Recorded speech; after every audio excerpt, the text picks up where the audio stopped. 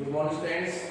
हम लोग P block के तत्वों के बारे में नाइट्रोजन के ऑक्साइड तक पढ़ चुके थे।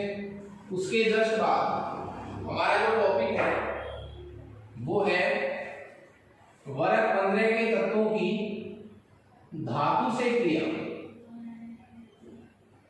धातु से क्रिया।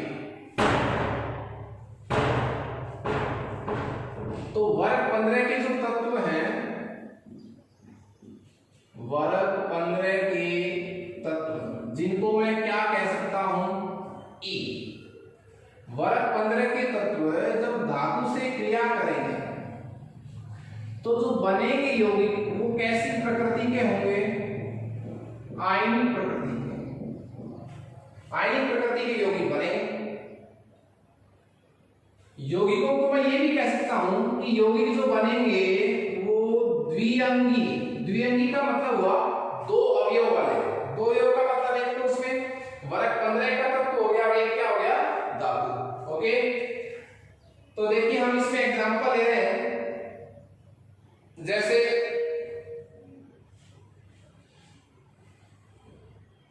धातु ली मैंने मैग्नीशियम प्लस क्रिया किससे? नाइट्रोजन से। धातु ली मैंने कैल्शियम, क्रिया किससे? फास्फोरस से। ठीक है, तो क्या बनेगा? मैग्नीशियम पर कितना चार्ज होता है साहब? +2। कैल्शियम पर भी कितना चार्ज होता है? +2। नाइट्रोजन पर कितना चार्ज है? यहां पर नाइट्रोजन जो है वो कैसी ऑक्सीजन अवस्था में रहेंगे? -3 ऑक्सीजन अवस्था में। कहने का मेरा मतलब ये हुआ वर्ग 15 के जो तत्व हैं जब धातु से क्रिया करेंगे तब कैसी ऑक्सीजन अवस्था प्रदर्शित करेंगे? ऋणात्मक। ओके, तो ऋणात्मक ऑक्सीजन अवस्था प्रदर्शित करेंगे कौन? वर्ग 15 के तत्व। कौन कौन? नाइट्रोजन, फास्फोरस, आर्सेनिक, एंटीमोनिस्टर। तो नाइट्रोजन कितना हो गया साहब? नाइट्रोजन पर हो गया -3। अब आपको सिर्फ क्रॉस मल्टीप्लाई करना है। क्रॉस मल्टीप्लाई में धनावेश और ऋणावेश को आपको विपरीत करके सिर्फ गुणा करना है। तो आंसर क्या हो जाएगा? Mg, ये 3 तो इसके साथ Mg3N2 नाइट्रोजन के साथ ये वाला चार्ज, तो नाम हो जाएगा मैग्नीशियम नाइट्राइड। इसका नाम क्या है? नाइट्राइड। नाइट्राइड। ओके, तो ये हो जाएगा मैग्नीशियम नाइट्राइड। इसमें देखिए उसी तरह यहाँ P कैसा मानेंगे? -3। कैल्शियम कैसा होता है? +2। क्रॉस मल्टीप्लाई कीजिए तो Ca3P2 नाम हो जाएगा calcium phosphide. Calcium phosphide. Okay, तो इस तरह हमने मैग्नीशियम, कैल्शियम धातु की नाइट्रोजन और फास्फोरस से क्रिया पढ़ी। ओके, इसी तरह हम सोडियम की क्रिया करवाएं आर्सेनिक से। सोडियम की क्रिया किससे करवाएं? आर्सेनिक से। एक बात और, हमने P2 लिया साहब, P2 नहीं होता, P4 होता है। शेष नाइट्रोजन द्विपरमाणु होता है, बाकी सब क्या होते हैं? चतुष्परमाणु। तो P4 बनेगा ही 3 2 6 बैलेंस हो जाएगा। ठीक है, इसी तरह AS4, तो नाइट सोडियम पर कितना चार्ज होता है? +1। AS को कैसा मानकर चल रहा हूं? -3। तो यौगिक क्या बन जाएगा? यौगिक बन जाएगा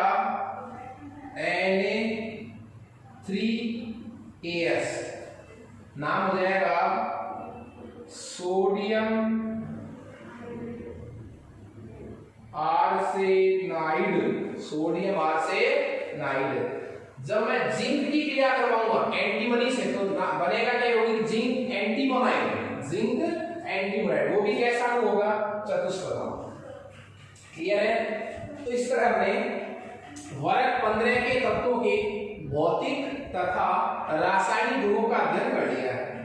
इसके जस्ट बाद अब हम पर्टिकुलर नाइट्रोजन के बारे में पढ़ने वाले हैं।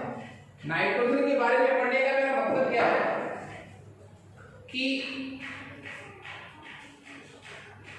मैं स्पेशली जो है वो पढ़ रहा हूं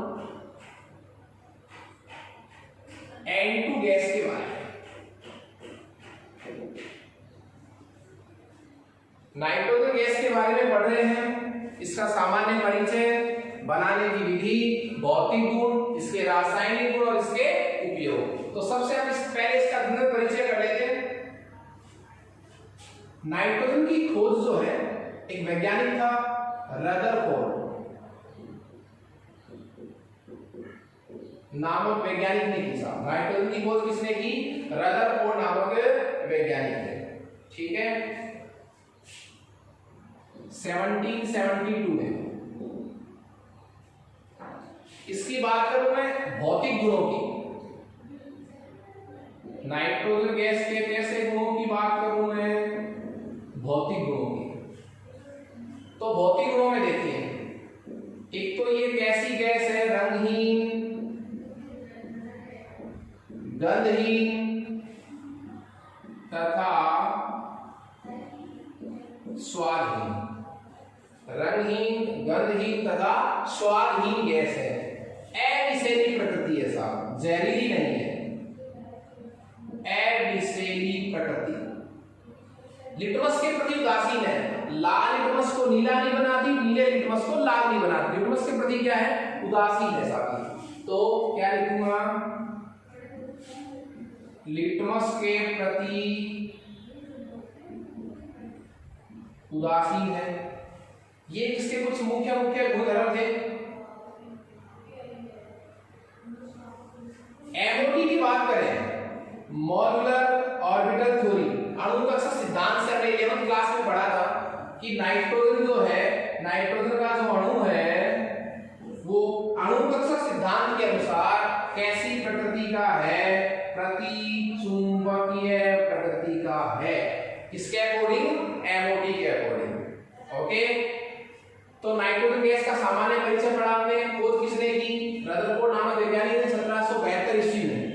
भौतिक गुणों की जहां तक बात करेंगे, रंगहीन, गंधहीन, स्वादहीन गैस है, अविषैली प्रकृति की होती है, लिटमस के प्रति उदासीन है। अणुकक्षा सिद्धांत के अनुसार जो एनओ2 का अणु है वो कैसी प्रकृति का होता है? प्रतिचुंबकीय प्रकृति का होता है। यहां पर एक प्रश्न है साहब, क्वेश्चन पढ़ रहे हैं कि कमरे के ताप पर, जिसको मैं क्या कह सकता हूं? सामान्य ताप पर नाइट्रोजन अणु अक्रिय होता है। नाइट्रोजन का अणु क्या होता है साहब? अक्रिय होता है। अक्रिय का मतलब वो क्रियाशील नहीं होता, उसकी क्रियाशीलता क्या होती है? कम। कैसे ताप पर? कमरे के ताप पर, सामान्य ताप पर। जैसे जैसे हम टेम्परेचर बढ़ाएंगे वैसे वैसे नाइट्रोजन की क्रियाशीलता बढ़ती जाएगी। उसका रीजन क्या है? आप नाइट्रोजन की लुई संरचना जब लिखते हैं, नाइट्रोजन अणु की संरचना क्या होती है? देखिए, N triple bond N। Total number of electron कितने हैं? एक नाइट्रोजन के बाइटम कोष में 5 इलेक्ट्रॉन और 2 नाइट्रोजन के बाइटम कोष में कितने इलेक्ट्रॉन हो गए? 10। तो 2 दिया 6 तो हो गए 6 और 2 8, 9 और 1 10। ओके, ये 10 इलेक्ट्रॉन हो गए साहब। ये इसकी लुईस संरचना है। आप देखिए नाइट्रोजन अणु में नाइट्रोजन के मध्य कितने हैं? 3 बंध है। अब यदि इसी तत्व को नाइट्रोजन से क्रिया करनी है तो कितने बंधों को तोड़ना पड़ेगा? 3 बंधों को। इसका मतलब नाइट्रोजन को क्रियाशील बनाने के लिए हमें इतना ताप चाहिए, इतना एनर्जी चाहिए कि ये 3 बंध टूट सके। तो सामान्य ताप पर, कमरे के ताप पर ये तीनों बंध टूट नहीं सकते। कहने का मतलब ये हुआ कि कमरे का जो ताप होता है, सामान्य ताप जो होता है, वो इन 3 बंधों को तोड़ नहीं पाता है। इसलिए नाइट्रोजन कमरे के ताप पर इनर्ट होती है, अक्रिय होती है। तो नाइट्रोजन को सक्रिय बनाने के लिए जब भी नाइट्रोजन की क्रिया किसी से भी करवाते हैं, किसी अन्य तत्व से, तो हमें ताप क्या चाहिए? अधिक। तो कमरे के ताप पर नाइट्रोजन अक्रिय होता है। इसका एक ही लाइन में आंसर क्या हो जाएगा? क्योंकि नाइट्रोजन के अणु में दोनों नाइट्रोजन परमाणुओं के मध्य त्रिबंध उपस्थित होता है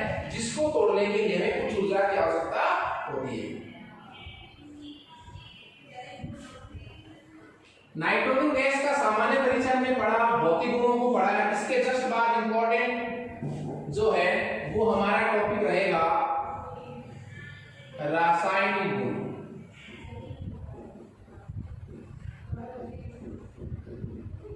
रासायनिक गुण प्रश्न हमने इसमें पढ़ लिया है। रासायनिक गुणों में कैपिटल ए धातु से क्रिया,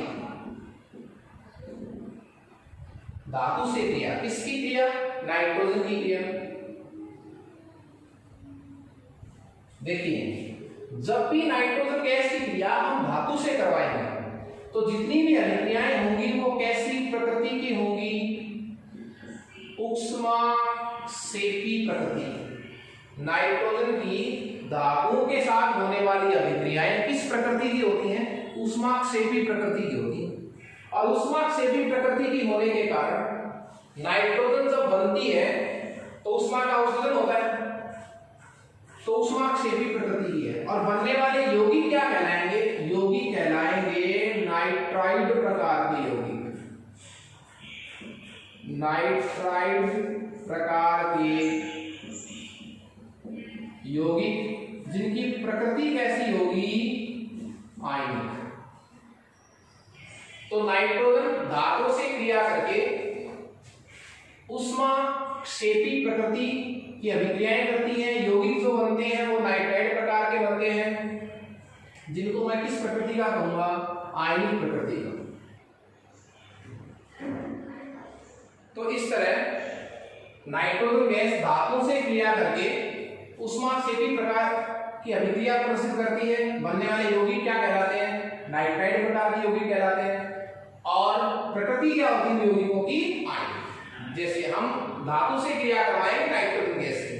देखिए सबसे पहले नाइट्रोजन की क्रिया मैग्नीशियम से, उसी नाइट्रोजन की क्रिया एल्यूमिनियम से। तो देखिए नाइट्रोजन का मतलब क्या? नाइट्रोजन का आयन कौन सा होता है साहब? N3-। मैग्नीशियम का आयन फॉर्म कौन सा है? Mg+2। तो क्रॉस मल्टीप्लाई कीजिए, क्या बनेगा?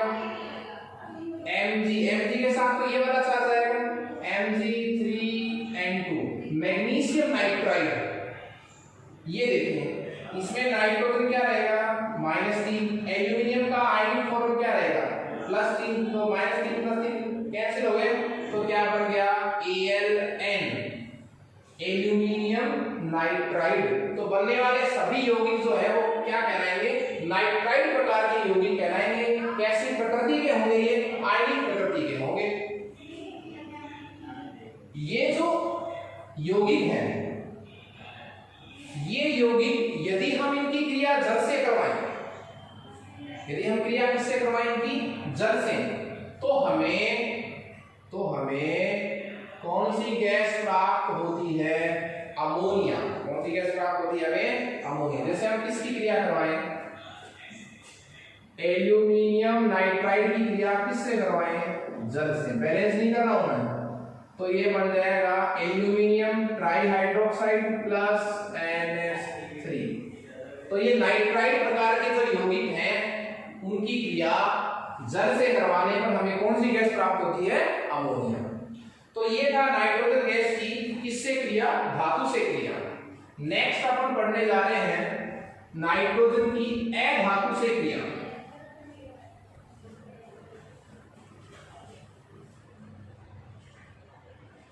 अधातु से क्रिया कैपिटल बी क्या हो जाएगा? नाइट्रोजन की किससे क्रिया? अधातु से क्रिया। पहले किससे क्रिया पड़ी थी? धातु से। अधातु में हम सबसे पहला ऑप्शन लेंगे हाइड्रोजन से क्रिया। किससे क्रिया? हाइड्रोजन से क्रिया। तो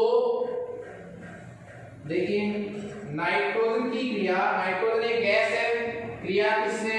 हाइड्रोजन से।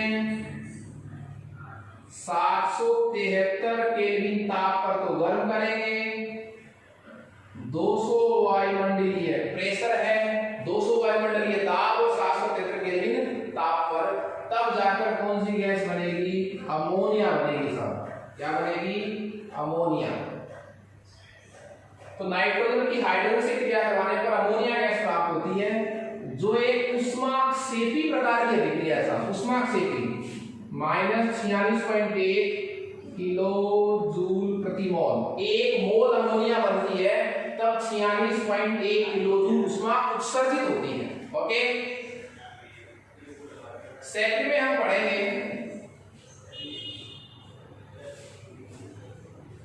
ऑक्सीजन से क्रिया। ऑक्सीजन तथा हाइड्रोजन दोनों यह धातु हैं। ऑक्सीजन से क्रिया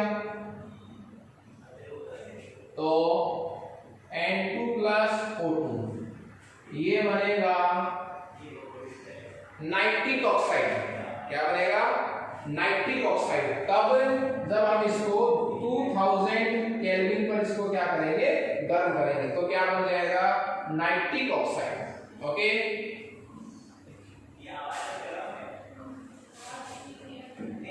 तो ये था हाइड्रोजन से क्रिया और ऑक्सीजन से क्रिया। इसी में हम थर्ड ऑप्शन पढ़ने जा रहे हैं।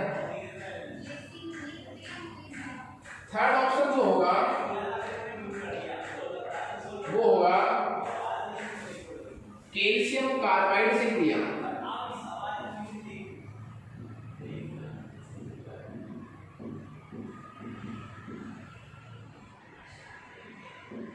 कैल्शियम कार्बाइड से क्रिया।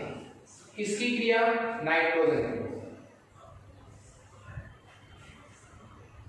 जब आप नाइट्रोजन की क्रिया कैल्शियम कार्बाइड से करवाते हैं CaC2 तो यौगिक बनता है एक CaCN2 जिसका नाम हो जाएगा कैल्शियम साइनेमाइड, जिसका एक नाम भी है नाइट्रोलिन, जो एक प्रकार का विस्फोटक पदार्थ है। जो एक कैसा पदार्थ है? विस्फोटक पदार्थ है। Calcium cyanamide plus carbon. तो एक प्रकार का विस्फोटक पदार्थ हुआ, गर्म करने से बनेगा नाइट्रोजन। गर्म तो क्यों करना ही पड़ेगा आपको, पहले मैं सवाल बता चुका हूं, क्योंकि नाइट्रोजन कमरे के ताप पर क्या अक्रिय है। तो यहाँ भी टेम्परेचर लगभग कितना? 1233 ताप पर गर्म करेंगे। किसके साथ? कैल्शियम कार्बाइड के साथ। तो एक विस्फोटक पदार्थ बनेगा कैल्शियम साइनेमाइड, जिसका एक व्यापारिक नाम क्या है? नाइट्रोलिन। ओके, इस तरह से शॉर्ट में नाइट्रोजन के भौतिक तथा रासायनिक गुणों को कंप्लीट किया है। नाइट्रोजन के टॉपिक में हमारा लास्ट टॉपिक रहेगा नाइट्रोजन गैस के उपयोग। नाइट्रोजन गैस के उपयोग देखिए, नाइट्रोजन गैस के द्वारा हम महत्वपूर्ण कार्बनिक यौगिक जैसे अमोनिया गैस में आती है, विस्फोटक पदार्थ जैसे नाइट्रोलिन आदि का सिंथेसिस कर सकते हैं, उनका निर्माण कर सकते हैं। तो बहुत से महत्वपूर्ण यौगिकों के निर्माण में अब नाइट्रोजन गैस जो है वो इंपॉर्टेंट है। लोहे तथा स्टील उद्योग में अक्रिय वातावरण बनाने में नाइट्रोजन गैस बहुत अक्रिय है। अमोनिया का जो व्यापारिक उत्पादन होता है हेबर विधि द्वारा, अमोनिया गैस का हेबर विधि द्वारा जो उत्पादन होता है उसमें नाइट्रोजन गैस मुख्य रोल प्ले करती है। द्रव नाइट्रोजन का बहुत इंपॉर्टेंट यूज जो है, इंपॉर्टेंट है कि जो द्रव नाइट्रोजन है, द्रव नाइट्रोजन का उपयोग प्रशीतक के रूप में, कूलिंग एजेंट, प्रशीतक पदार्थों को ठंडा रखने में, जिनमें चाहे खाद्य सामग्री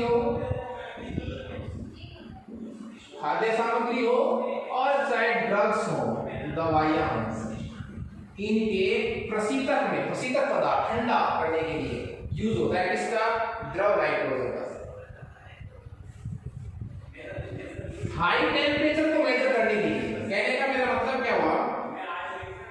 उच्च ताप को मापने के लिए, उच्च ताप को मापने के लिए पता है क्या यूज किया जाता है? गैस तापमापी, गैस थर्मामीटर, गैस तापमापी। और उस गैस तापमापी में कौन यूज होता है? Nitrogen gas. बहुत अच्छा उपयोग है दोनों ही।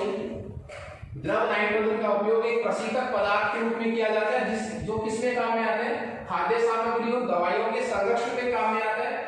उच्च ताप को मापने के लिए जो गैस तापमापी आते हैं उनमें भी नाइट्रोजन गैस यूज होती है। देखिए नाइट्रोजन गैस को विद्युत बल्बों में भी भरा जाता है।